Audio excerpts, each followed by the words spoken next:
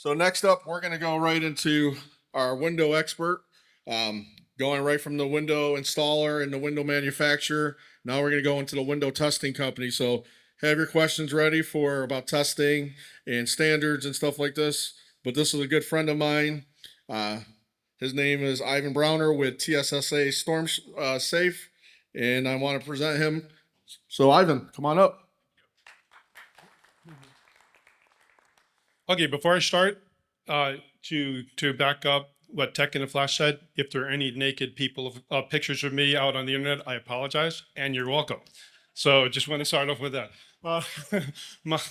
Our company, my name is Ivan Browner, and our company is TSSA Storm Safe. And you can see we've been gratuitously advertising for the whole time. We are a window evaluation and envelope inspection company specializing in glass and glazing and testing of windows and doors, curtain walls, and storefronts. So we can go forward. Oh, we can. Okay. So here's this question. It's easy to look at windows like this and buildings like this and say they're damaged. Does anybody disagree that these buildings are damaged? Raise your hand. No one's going to disagree, right? Next slide, please. But what about that?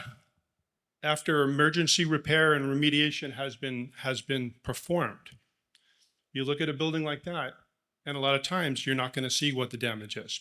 And this is something that's very important because the insurance company likes people to understand, and they like them to think that window, if it operates, if you can open and close it, the window is fine.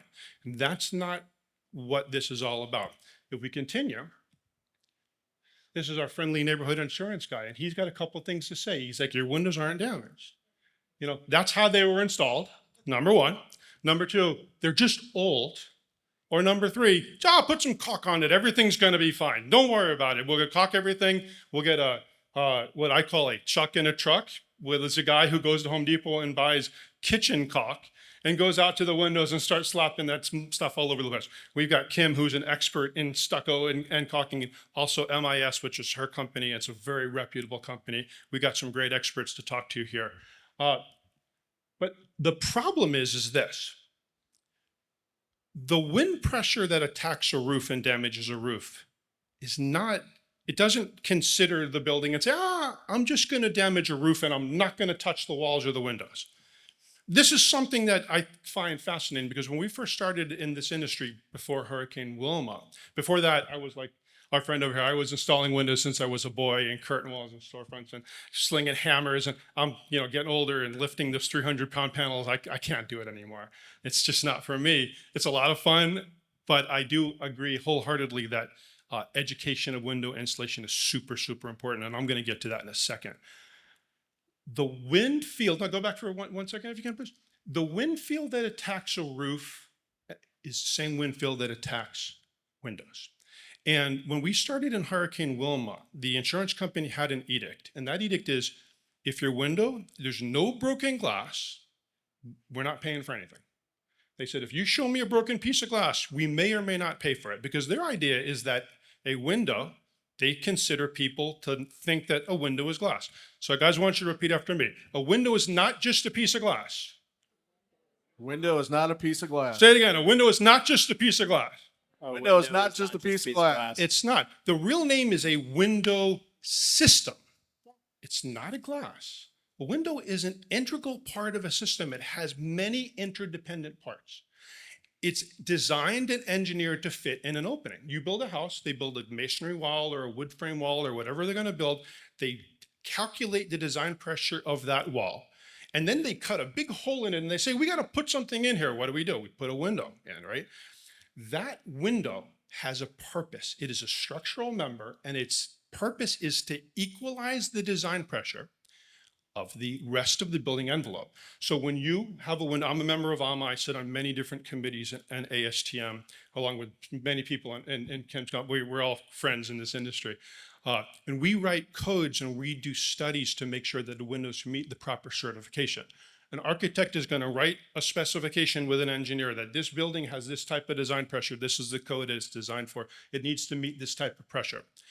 So they go into their spec book and they pick out windows that meet that criteria. They hire a wonderful company like this. He puts them in perfectly, and that window performs its function to equalize the design pressure of the entire structure. So you come along now, we got a hurricane, and what they were talking about, the buffeting force of the wind, where the wind is going, bah, bah, bah, bah, bah, bah, bah, bah, bah, bah, and the whole house is shaking, not just vertical shaking and shearing, the structure starts moving. That window is holding on for dear life. It's installed in the opening. There's many different parts of that window and the connection to the building envelope itself. There's something which is called a load path of failure. Repeat, load path of failure.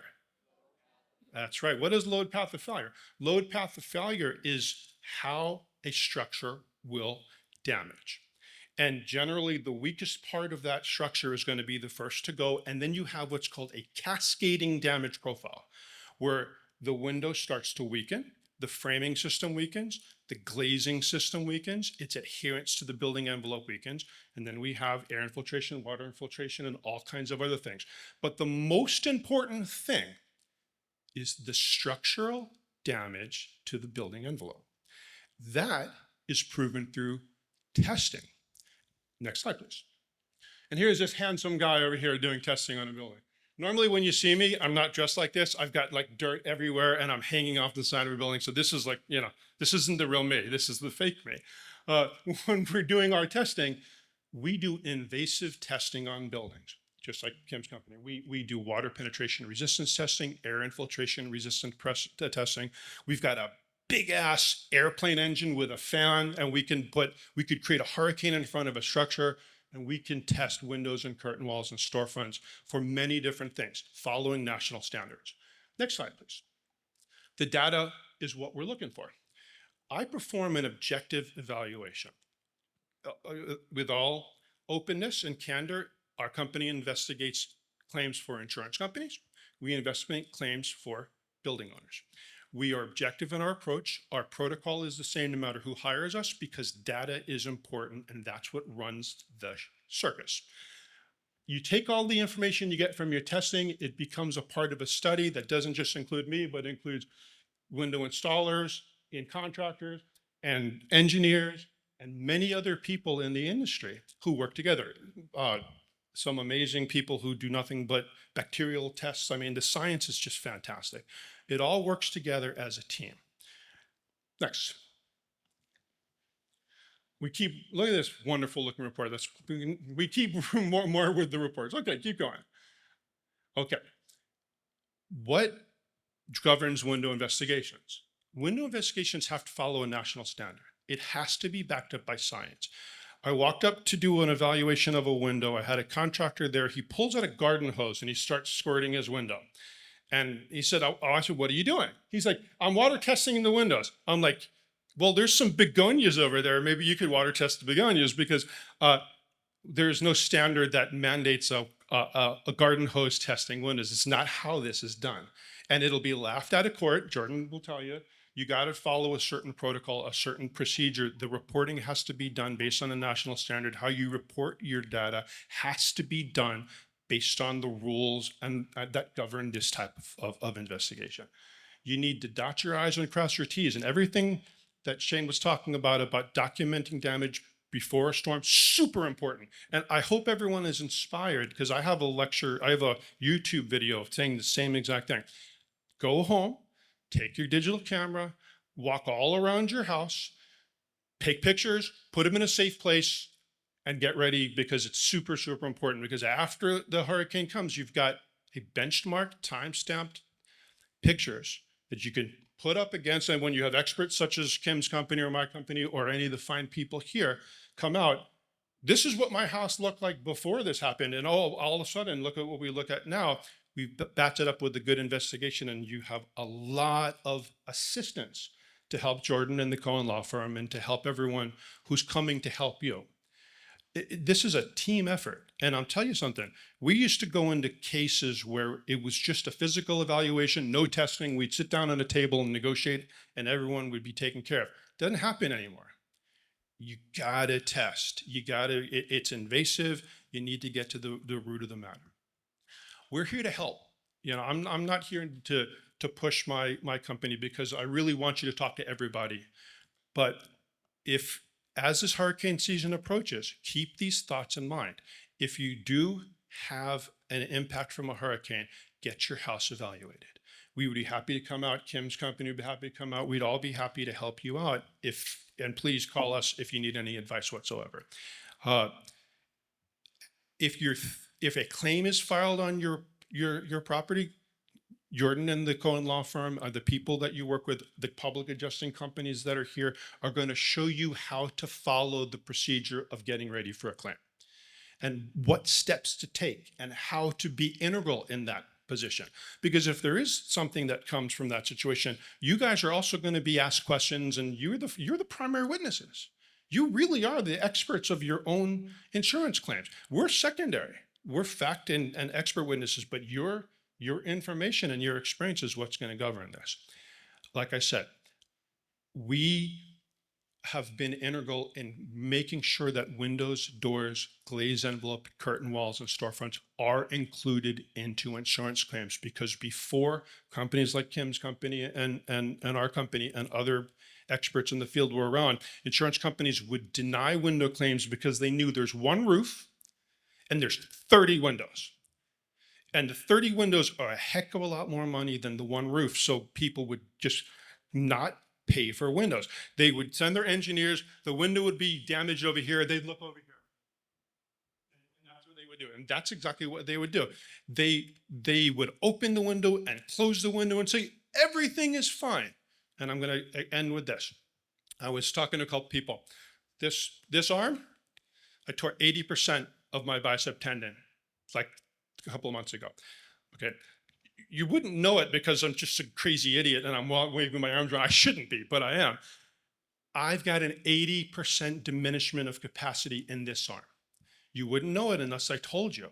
When a window, even an impact window, goes through a buffeting force of a hurricane, it is a diminishment of capacity. Repeat that, diminishment of capacity. That's what it is. That is what we're testing for. We're not just testing for water penetration. We're not just testing for air infiltration. We're testing to scientifically prove that there is a diminishment of capacity of your windows to protect your building envelope. And that is catastrophic, because those photos that you saw in my slide, most of the roof damages and the roof blowouts happen because you have a breach in your envelope. And sometimes that pop of that one glass is just enough to create that pressurization, which blows out your roof and a lot of other members, blows out walls. It's insidious. So testing is designed to show that there is a diminishment of capacity, and that's what needs to be remediated. And that is not remediated by a guy going to Home Depot putting kitchen caulk on your windows. It's not going to do it. You need to have an engineer-approved repair protocol, and then once it's done, it needs to be tested to make sure it's back to its pre-loss condition. And if not, you need new windows. The only way to do that is to have experts come in and help you, help the contractors, help the PAs, help the attorneys. You got a lot of great people here, and it's our pleasure to talk to you tonight. Thank you very much. Yep. Real quick, anybody got questions? So I got a question for you. What is the percentage of windows that you feel are damaged in southern Florida after the 4 hurricanes since 2004? Since 2004. That's a great question. And I'm going to answer a couple of different ways. I was in a deposition just last week from a law firm that deposed me many times during Hurricane Wilma. Same attorney. Again, we're expert witnesses, so we go to court and we testify and we carry this case all the way to the end. The attorney who was representing me was from QBE, was Burke Merchant and Sims, which of course everybody knows. And when I was being deposed during the Wilma storms, the same area of buildings, right? The question was, how do you know Wilma damaged this building? How do you know it wasn't like Andrew or one of these other storms that happened?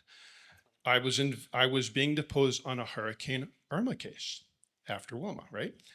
And the same attorney asks me in deposition, well, how do you know it wasn't Wilma? You know what I mean? And it was kind of funny where I almost laughed at the deposition because it wasn't that long ago where they were pushing everything, you know, because it's very, very, how do you say this? The mind forgets and it tries to push things around. That's a very interesting question that Paul asked, because There's been a lot of change out in the window industry. There's been a lot of growth in the window industry. He's got great window systems. You have to check out his storefront and his curtain walls because they're fantastic. And every time there's a storm, the industry gets stronger as a whole. We have a testing lab. So there's Kim. We have a testing lab is like, and we do quality assurance, and we do what's called proof of concept testing, which means if he wants to build a house, his guys come into my lab or her lab and they build a wall and they install their windows, and we test it to prove the concept to make sure it's going to do what it's going to do. We make changes. Everything is growing. So it's hard to answer Paul's question because there's been a lot of changes in industry. But I will say this, we've inspected thousands and thousands of structures. And again, I will send my CV to anybody who cares to sit on the bathroom and read it. I guarantee it's not exciting, but it's got a lot of files and a lot of cases. We've seen a lot of damage to windows, and we've helped a lot of people who were told that their windows were not damaged understand that there was damage and it needed to be remediated. I'm a strong proponent of education. I have an installation master certification from AMA. I teach proper window installation. I really believe that we got to get this guy and we got to do a class on proper installation methods, because a window is only as good as it's installed. And that's a fact, right? So we need to make sure that we continue that process. And that goes to coming to your homes and making sure that everything's okay for the next storm and keeping everybody safe. Again, thank you very much, and thank you, Paul, for bringing May I this ask up. one quick question? Sure. So in our line of work, when we take on a new client, when we do our initial visit, we try to take as many pictures as possible, Yes. interior, exterior. Can you make a recommendation how I best take a picture of a window to showcase? Good question. That's a great question. If you email me, I will email you a template that we send to everyone about how to properly photograph windows for this, exactly what you're talking about. I'm not talking about a technical photographs that we're going to do, that our companies are going to do. That's something completely different. But just a little information. If you're going to take pictures of your windows, take a far view of the picture, right? Take a far view of the window, make sure we know what we're looking at. Go to the corners, shoot a little closer to each of the corners, and right in the middle, and put that into a folder, and take a piece of paper, write a square, opening 1, 2, 3, 4, 5, all around the house, and opening 1 is windows 5 through 7, opening 2 is windows 8 through 10, blah, blah, blah, blah, blah, all the way around.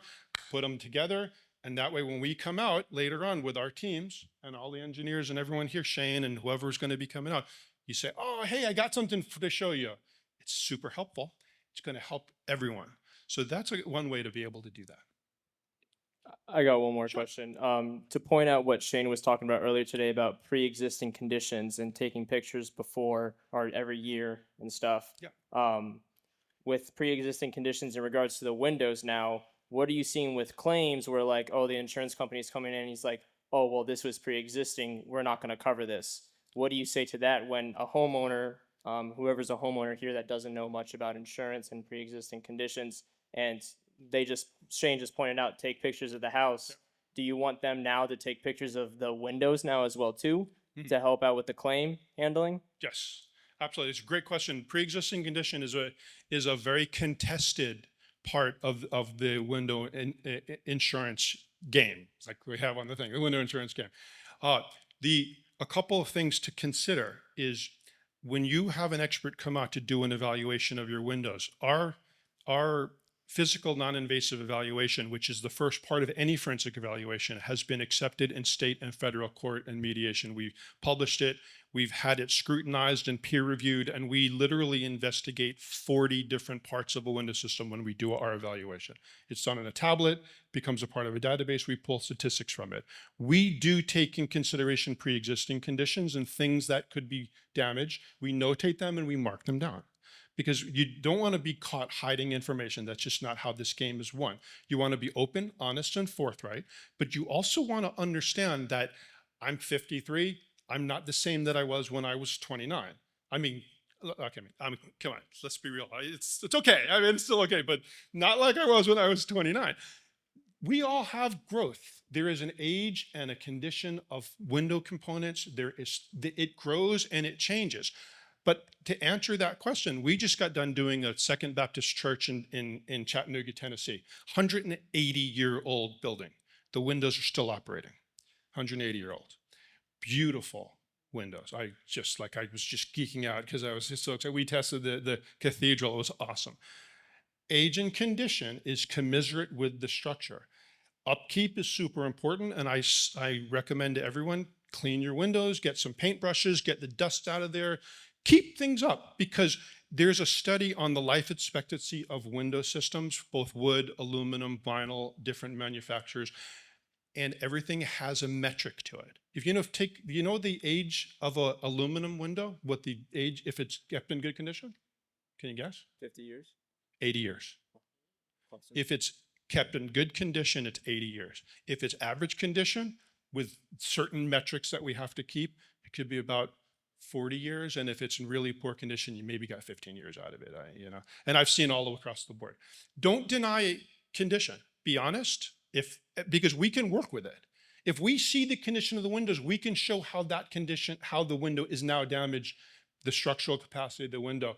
And we can show in our investigation that can be included into that as a part of the study. So I'm not too concerned with it, but we got to deal with what's truthful and what's honest and open and factual. Thank you. Any other questions? I've got one more for you. So Keeping me up for a long time. I got one more for you. And for people that have lived in Florida and sat through a hurricane, how many people have seen your sliding glass door bend? So here's my question. Sure. Since Florida gets winds, hurricanes, and hailstorms, how does the pressures from a hurricane after sustained when the windows are bowing, they're not breaking, they don't look like they're broke after, but they bent. What does that do to the window? And lastly, what does hail do to windows? And can you elaborate a little bit on that? Okay. So Paul is talking to something which is affectionately called permanent set deflection in the engineering term. What he said is 100% right. How many people have been through a hurricane in your house? Did you feel your house breathing? It is the craziest feeling, isn't it? And you just became a part of a really amazing experience of engineering. Your house breathes, the glazing breathes, the windows flex, and you can feel the pressure from it. The idea is that if you deflect a beam, you deflect a window, it has a permanent set. There's a calculative L over 144, depending on how you do the calculation, but there's a calculative analysis to show what the stress point of a framing member should be. The idea is that if it stresses, it eventually ends up in a permanent set, a permanent deflected state. You can calculate that. You can show it. There's certain examinations that you can do to show what that looks like. Again, after that happens, there is a severe diminishment of capacity of that window system, but there is a way to evaluate it. To get back to the second part of Paul's question about hailstorms, of course, we know that when you've got a big chunk of ice flying through your window, it's going to create all kinds of wonderful things to your window, right? Even impact windows, which I'll talk about impact windows at our next meeting because there's a whole bunch of information to understand what that means. The correct term is code rated window, okay? And it is not a hurricane rated window. It is a code rated window.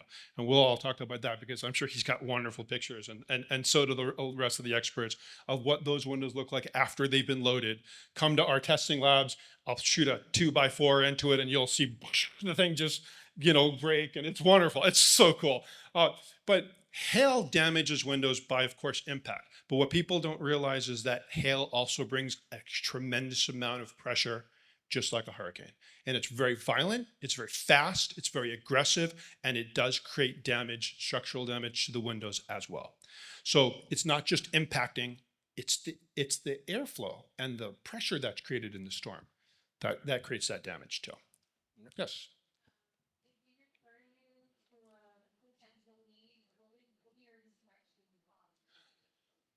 I'm an identical twin. and my other half of my brain is somewhere in Colombia right now looking at a project. And